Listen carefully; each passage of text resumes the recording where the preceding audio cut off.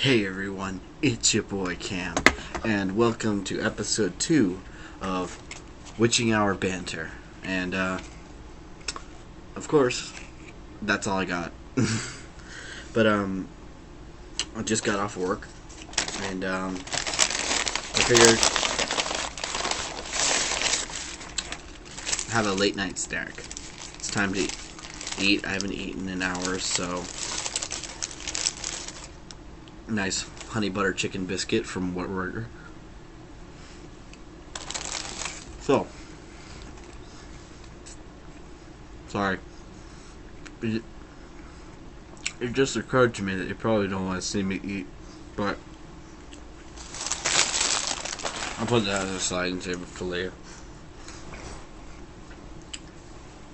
So, in this segment, I decided to talk about restaurant etiquette. There's a etiquette side for both the staff and the customers, but I feel like that line is blurred, and people just get away with ridiculous stuff because the etiquette for the employees is to not cause a scene. We are supposed to just clean up the mess, serve the people, and only if there's something going wrong should we intervene. The customer is always right. However, customers know this. And I'm not saying everyone, but there's a lot of issues. I've been working at this place for about a month now, and I've caught on to certain character traits and certain things that been driving me as a busser, the person who cleans up your table, mad. So, let's start with children. For some reason, customers have the odd, I don't understand what it is, thought process that whatever mess their child makes, well, that's it. The mess is there. Who cares? And then they just leave. And then I come in a little bit later and I see it. Their aftermath. It's ridiculous. 90% of the time, there's crap all over the floors. There was one time where we have a salad bar and you can get hard-boiled eggs. These people dropped the egg, stepped on the egg, and then kicked the egg all underneath their table. So there was egg yolk, I don't know if you've ever seen what happens when egg yolk, when it's hard boiled, when it smears on stuff. You can't sweep that up. You have to mop it, otherwise it'll just make a bigger mess. And so yeah, they just left it there. The first thing that I had to bring up is, if you drop something, just pick it up. Unless, I understand if it's liquidy. You dropped your strawberry shortcake and there's whipped cream all over the floor. Obviously, don't scoop that up. But tell someone. And then they will go over there with a mop or something and scoop it up then. Don't wait, because then we have to deal with the table, the rest of the stuff you left underneath the table, and that spot. And sometimes the place gets so busy, we don't have the kind of time to be wasting on that. So when I'm spending time mopping up that, as I'm bussing that table, there's 70 other tables that are all getting filled with new people and left by old people. Old groups, not elderly. But, I want another bite. So yeah. First mistake in that is pick it up. The second mistake was, okay, let's say you didn't notice, and you just dropped it and you didn't notice it. Someone stepped on that. Someone noticed it after it was stepped on. Then they should have realized, because it's not like it broke into 1,000 pieces after you step on it. It just got smushed. You can scoop that up with a napkin. You just go and grab it before it gets everywhere. But again, they didn't do that. And guess what? That constant kicking and getting up from the table and leaving, getting back to the table, go get more salad, come back and leave your other salad, go get to the bathroom, go get some ice cream, and then you come back to your table. It makes a bigger mess every time you step in it. Yet I don't understand. Some people just don't understand that. And it's ridiculous. So that's the first problem I see, is you have groups of kids / just messy people that will leave messes all underneath the tables that some of the times you can't sweep up because it's so busy, or it won't be swept up. That's good.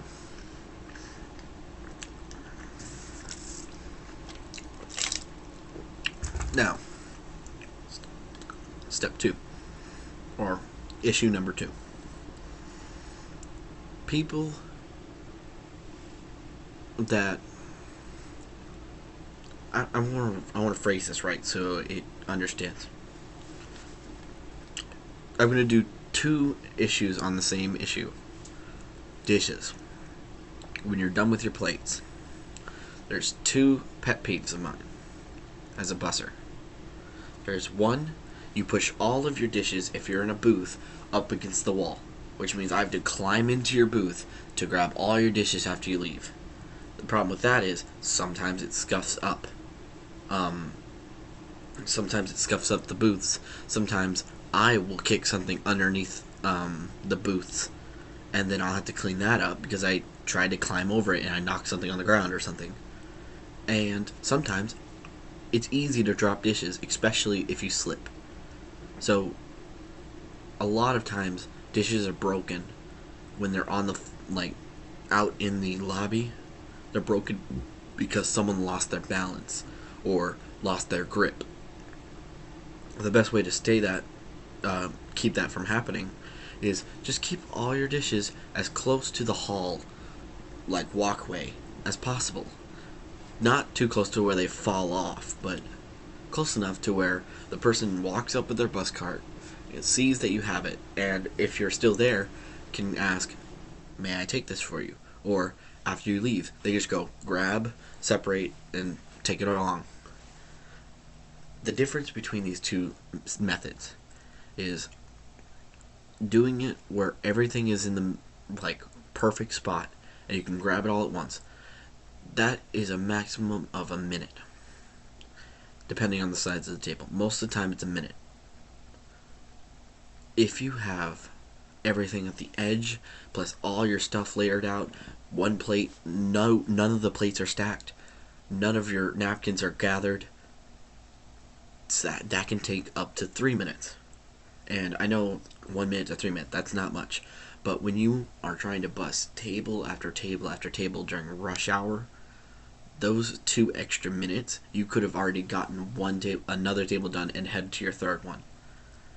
And it looks bad on the bussers when we have those tables all out there all at once, even though we are trying our best.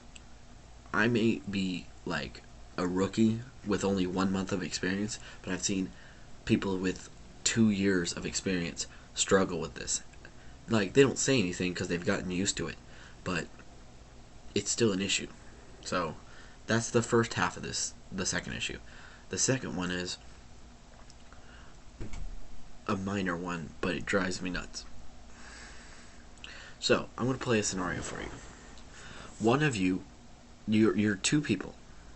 One of you got tomato soup in a large bowl with your grilled cheese or whatever, but tomato soup in a bowl. The other one got broccoli and cheese soup in a large bowl. Person A drinks or eats all of their soup and leaves their bowl. Person 2 doesn't even touch their broccoli and cheese mostly. It's still at least half full. At this moment, you're ready to leave. What do? Naturally, you'd put the empty bowl underneath the full bowl. That way you could just grab it, and there's no mess. That's not always the case. This happens many more times than I wish I could say. People will put the full bowl underneath the empty bowl, so it just looks like a stack of bowls. So when you go to grab it as a busser, you're expecting to grab just the top one. However, because of that... Oh, hi, Bells. Come here. I have a visitor for my video. It's Bells. You want to say hi? Those of you who have seen my last update video, I talked about my cats, and this is Bellatrix Lestrange, and that's her tail. But you're not gonna eat my food. Don't eat it.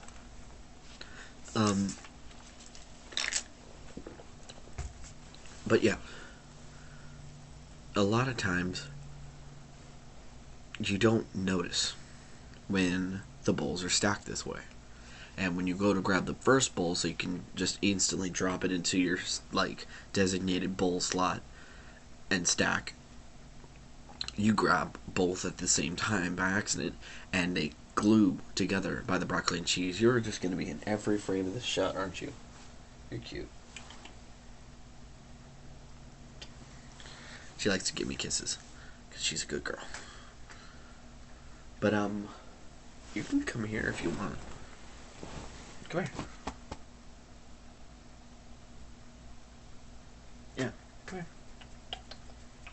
But anyway, the problem with the answer to step 2, or the solution to step 2, as I showed the solution to step 1, is just bring all your bowls forward. Bring all your plates forward to the edge. Stack them neatly and wisely. Don't put things that are full underneath things that are empty. And if you have too much stuff, okay, that's understandable, but at least try and make an effort. Now, the third issue is another one about children. Many times, people will bring their children to Jason's Deli, and I don't know why, but kids like to scream. Whether they're happy, whether they're angry, whether they're sad, they like to scream. We all know this. You've been on airplanes, you've been in buses, you've been in the movie theater, and this has happened. My phone just went off. I hope that didn't come off very loud on the recording.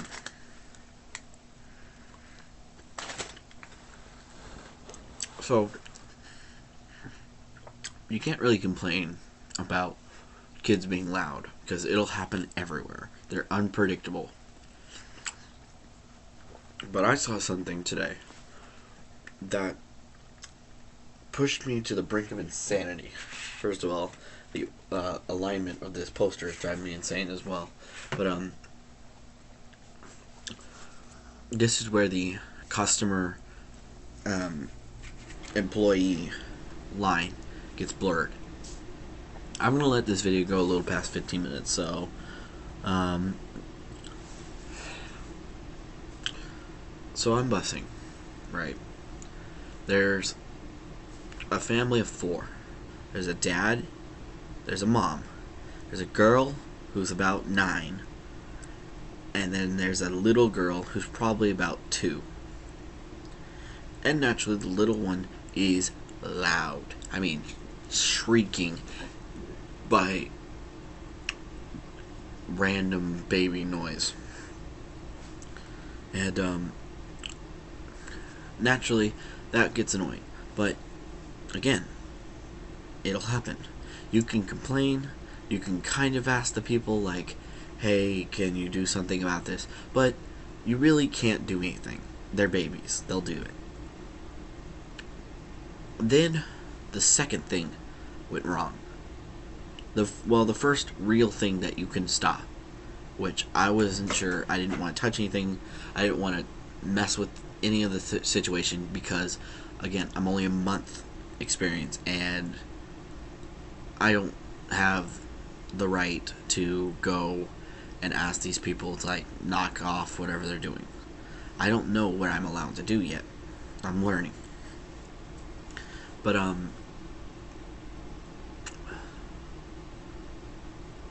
kids will run across places. There's a certain age, like before a certain age, they don't understand when playtime and not playtime happen. So this kid's loud and it's kind of disturbing some other guests, but they just kind of ignore it. No one makes any complaints. Then the 3-year-old or 2-year-old starts running around the building, shrieking. That's where things get a little bit pushy, and that's when things should have been corrected. The mom and dad should have got the kid, settled them down, took them outside, whatever they needed to do to calm this child down. It's making a loud noise, and it's disturbing people by running around. It could have put her in danger. She could have easily been hit by the bus cart if I wasn't paying attention. She could have easily been bumped into and got soup spilled all over her and gotten burned. And that's the last thing we want. And so the 9-year-old is the responsible one. I was surprised. She's the one that ran running after her. Now, this was both a good thing and a bad thing, because you have to do it in a way where the child does not know you're playing. You have to not chase them, because if you chase... What? The cat just meowed at me. What do you want? Yeah? You better not knock anything over when you jump down. Good girl. Okay. You can't chase them because they think they're playing. So they're running around the building and they're getting someone to chase them. That's like tag. So they gotta keep running. They gotta keep making noise because they're kind of scared, but they're having fun. That is a bad thing to do. That's what the 9-year-old did. But I give the 9-year-old some credit. She tried to stop it. However, when she grabbed the child, that's when the child realized that she's not playing. And that's when she got scared. And she got sad because she didn't want that. She wanted to play. You are really just making circles around me. Look at that face. You're such a good girl, though. And, again, I give the 9-year-old some credit because they don't know everything about, like, how to take care of kids. Then, the third thing went wrong. And this is where I started getting mad. I didn't show any of this. I didn't say anything, but I got annoyed. So the 9-year-old sits the 3-year-old back down. The 3-year-old still wants to play. The 3-year-old is inside the booth, and the 9-year-old is blocking her from the alley, like just sitting next to her. So the 3-year-old starts pushing. She's standing on the booth. That's a pet peeve of mine. I don't like it when people let their babies stand on the booth because it leaves shoe prints or crumbs or whatever they stepped in. But I'll skip past that. So the 3-year-old's trying to push past her sister. And she's not moving, obviously, and she's getting annoyed. Mom and Dad don't say anything. They haven't said anything this entire time. Then, the 2-year-old decides to start pulling on the 9-year-old's hair. Granted, that's what kids do, and she didn't know what she was doing. However, the 9-year-old was almost crying to her mom to try and get her 2-year-old to stop, and the mom was completely ignoring her. The dad was completely ignoring her. Oh my God. If I ever see that again, I don't know if I can deal with it.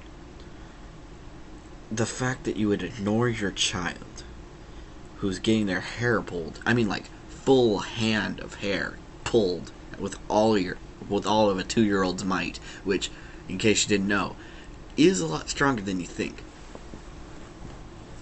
So the kid's getting upset. Then the 9-year-old snaps, and she grabs the 3-year-old by the arm and pulls her down, and she tells her to sit down. And then The parents get mad at the 9-year-old. They get mad at the 9-year-old for snapping at the 2-year-old, even though the 9-year-old was getting hurt and was being responsible. What are you doing as parents? I don't know. If my mom had been there, I don't know if she could have kept quiet, because my mom has very strict moral values. She doesn't believe it's fair to treat one child better than the other. And to see that happen, I mean, I've grown up like that. I have the idea that whoever's right and whoever is just should be the one defended. And the question of moralities come in, but that's all messy. But clearly the 9-year-old was in the right. The 9-year-old did everything they can to try and settle the 2-year-old down, and yet they got in trouble for it. And there was a moment where the 9-year-old was getting upset, but she didn't know how to express it because she didn't want to get mad, because that would just get her in more trouble. So I'm bussing, and the parents are in front of me, but they're facing the same direction, so they don't see me. The 9-year-old, however, does, and I look at her, and I just go like a look of pity, and I don't know if I like mouthed it or not, but I try to convey like, I'm very sorry for you. I thought you were right. And I think the 9-year-old got it. She kind of gave me a look like at least someone understands. Because as a busser, you are the invisible eyes of the entire store. No customers pay attention to the busser unless they want the busser to clean their table. But they don't like looking at them. They don't like talking to them most of the time unless you have a good personality and you could play it off. And they don't even like to look up from their food or their family. So that makes the bussers the eyes. They can watch every little thing that goes on. They can see exactly where the problems are. And today, I saw that. It makes me really appreciate people who bus all day, all the time at busy restaurants. I'm just at a fast food restaurant. I mean, it's not menus where you sit down and your hostess takes you to your seat and then you get a waitress to take your order, then you get your order out. No. You go up to the counter, you order your sandwich or soup, and you wait your thing, and then the person, whoever it is, sometimes the bussers bring the food if they can. They just go over there, drop it off, that's it. It's it. It's not a restaurant. It's a pseudo restaurant. I don't know what the right word would be. Because it's not fast food, because fast food would be like, you don't really have dishes in fast food. You have more like cooking dishes. You don't have dining dishes. So yeah, I have a lot of respect now for people who have difficult jobs where they have to deal with people being disgusting. Being both disgusting physically with their messes, with their trash, with their bad placement of food and trays and such, and kicking food everywhere, and nasty personalities. I've only been working for a month, and I've seen some of the worst people I've ever seen. They're so rude. They care only for themselves. It's baffling. But you know what? I'm gonna try and stay positive, and I want you guys to stay positive too. And I think that's a good way to end it. So this wasn't really a random banter episode. I actually had a motive for this episode because I saw that today, and I was like, no, I have to say something. I have to tell people on my channel this. And I hope you found it entertaining, me talking about the random crap that I see at work. I will be trying to put out another video on Saturday or Sunday. However, I work both of those days from 5 to closing. So naturally, all my uploads were always done at 12 o'clock at night to 2 o'clock in the morning.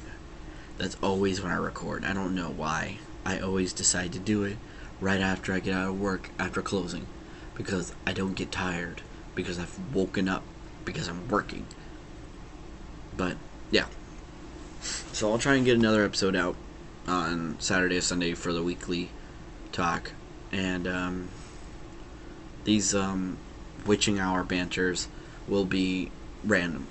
I just so happen to do one day after another, but I will try to only post it when I have an idea of what I want to talk about, because some of these videos I've hit points where 5 minutes are left in like how much time I wanted to use for the video, and it's just not entertaining.